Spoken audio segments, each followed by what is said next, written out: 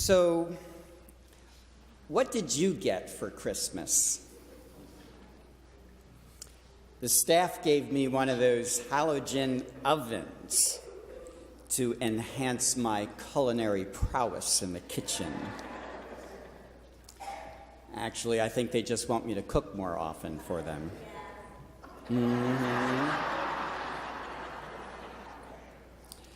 Well, you know, Christmas isn't really all that different for adults than it is for kids. We all like getting something for Christmas. It's just that our toys are a little bit different.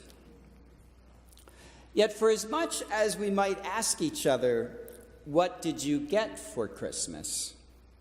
I wonder how many of us ever ask someone, what did you give for Christmas? The issue might come up at times in conversation, but it's really not the typical question we ask people during the holidays. We tend to focus on what we got for Christmas instead of what we gave for Christmas. Now, today is the Feast of the Epiphany, the day when the three wise men came to visit the baby Jesus. And the story of the visit is only contained in the Gospel of Matthew. If you want to follow along, it's Matthew chapter 2, beginning at the beginning, verse 1. So this is how Matthew starts the story. When Jesus was born in Bethlehem of Judea in the days of King Herod, behold, Magi from the east arrived in Jerusalem.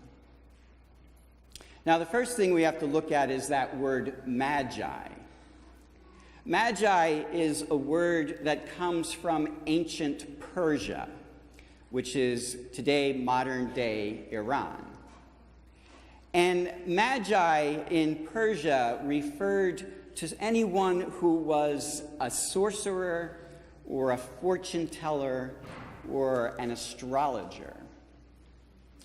And so by using that name here, we can at least assume that these visitors were astrologers, because as Matthew tells us, they asked the question, where is the newborn king of the Jews? We saw his star at its rising, and we have come to do him homage. So clearly these were people who could read the stars.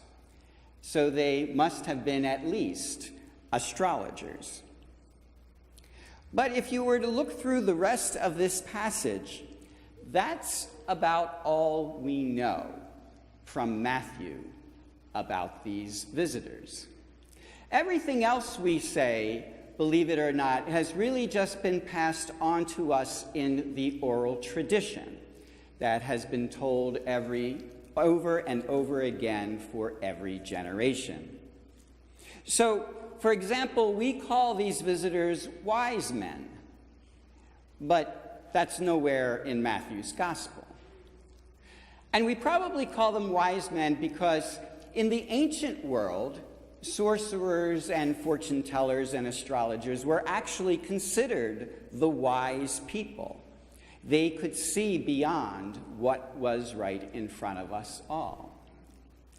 And I imagine today we continue calling them wise men because in our culture, it doesn't sound too good that these guys were sorcerers or fortune tellers or astrologers. Wise men gives them a little bit more dignity to our ears. The idea that they were kings, well, that comes from Psalm 22, which was our responsorial psalm today. Psalm 72 says, "May the kings of Tarshish and the islands bring tribute. The kings of Sheba and Seba offer gifts. May all kings bow before him and all nations serve him." So that passage gets interpreted for this visit, and we call the visitors kings.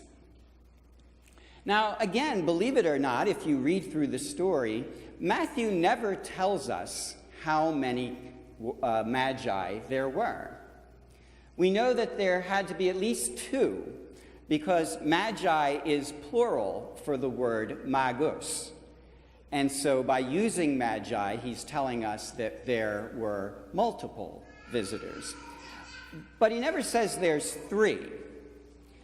You know where three comes from?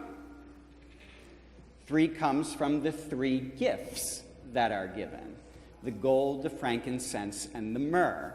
And the assumption is that each of the magi brought one gift each. But there really isn't any reason to assume that. Now, in time, in the West, we gave the wise men names. You know what they are? Melchior, Caspar, and Balthasar. Now that's just in the West. In the East, they came up with different names for them. Now Matthew tells us that these visitors came from the East. So they probably came from what was ancient Persia or Babylon or Arabia, which today is modern-day Iran, Iraq, and Saudi Arabia. But you see, in time, we actually began to assign different continents for them as a way of making them more universal. So the tradition tells us now that Melchior came from Asia, and Caspar from Europe, and Balthasar from Africa. And that's why, well, you'll see in most traditional depictions of the three kings, one of them is black, because he represents the continent of Africa. Now, there is debate over which king gave which gift. It seems that the most typical idea is that Melchior gives the gifts of gold, and Caspar gives the gift of frankincense. But there are others who actually switch that. They all seem to agree, though, that Balthasar is the one who gives the gift of myrrh. Now, in time, the gifts themselves began to take on meaning. So, gold came to represent the sovereignty of Jesus. Because after all, what would one king give to another but the most valuable there was? Gold. And legend has it that Mary and Joseph used that gold to get to Egypt when they had to flee from Herod. The idea of frankincense is to show the divinity of Christ. Frankincense in most traditions, most religious traditions, is used as a way of worship. We today use incense in our worship. For us, the use of incense means that our prayer is rising to heaven. So whenever you see incense being used, that's the image you should have of the prayers rising to heaven. It comes actually from one of the Psalms, 141, which says, "Let my prayer rise before you as incense." And finally, the gift of myrrh is a gift that symbolizes the suffering and mortality of Jesus. You see, myrrh was an ointment, and it was used to anoint dead people. And so by giving Jesus myrrh, it foreshadows the suffering and death that he would undertake. Now, regardless of all of these things from tradition, it seems to me that the most important thing that we can tell about the Magi is that they were gift givers. You see, they did not come in search of a newborn king to see what they could get from him. They came to see the newborn king so that they could give something to him. And it seems to me that as we gather here now, as the Christmas season is drawing near to an end, that this Feast of Epiphany reminds us that the important aspect of our relationship with Christ is not simply what we can get from him, but what we can give to him. And while gifts of gold, frankincense, and myrrh are not typical gifts for us to give, they actually are gifts that we can give to Jesus. That is, if we offer them with the meaning that has traditionally been assigned to them. So let's go through each gift. The gift of gold, again, the gift recognizing Christ's royalty. Now, many pastors might seize on the opportunity to ask for your gold as part of the offertory. But since I've already hit you all up for the capital campaign, I'll leave that one alone. No, if we're actually going to offer Jesus the gift of gold, then the question for us is, how do we recognize Jesus' sovereignty in our lives? How much is Christ really at the center of our lives, driving the fundamental attitudes we adopt and the choices we make? You see, placing Christ at the center of our lives is the fundamental first step in all conversion. Indeed, anyone familiar with the 12-step programs, they know that they begin with a recognition that ultimately we are powerless over our problems, and that we must turn ourselves over to a greater power if we are to experience healing in our lives. So what areas in our lives need conversion and healing?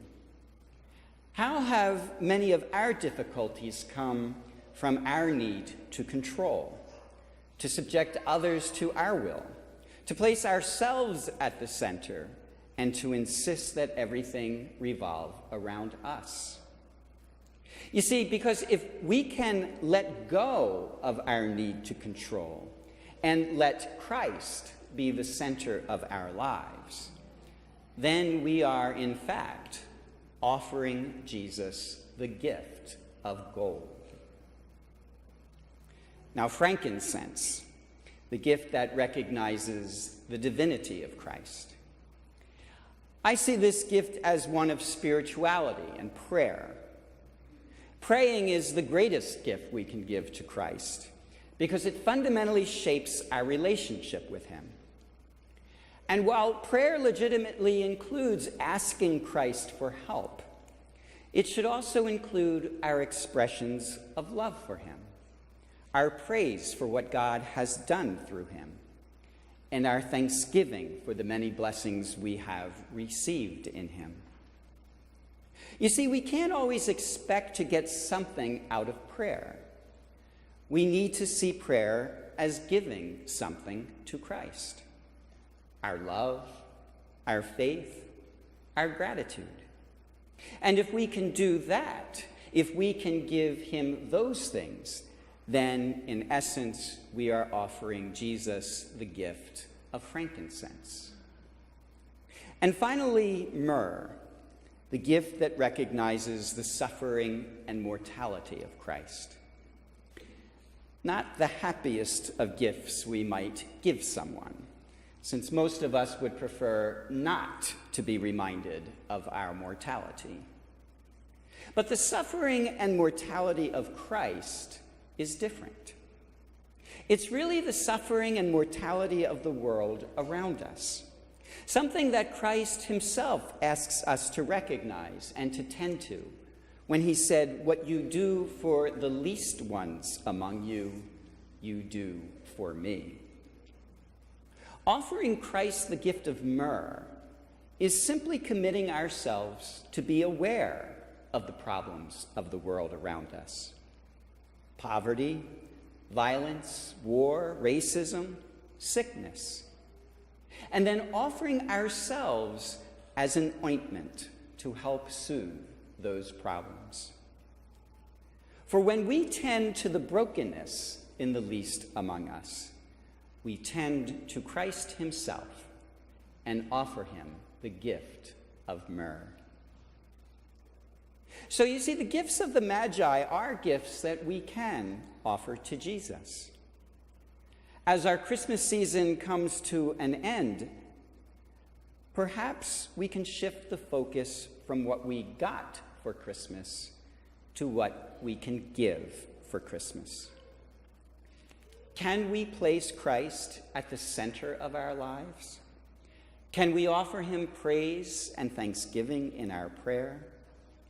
Can we tend to the needs of this world around us? Can we offer him the gifts of gold, frankincense, and myrrh? Amen.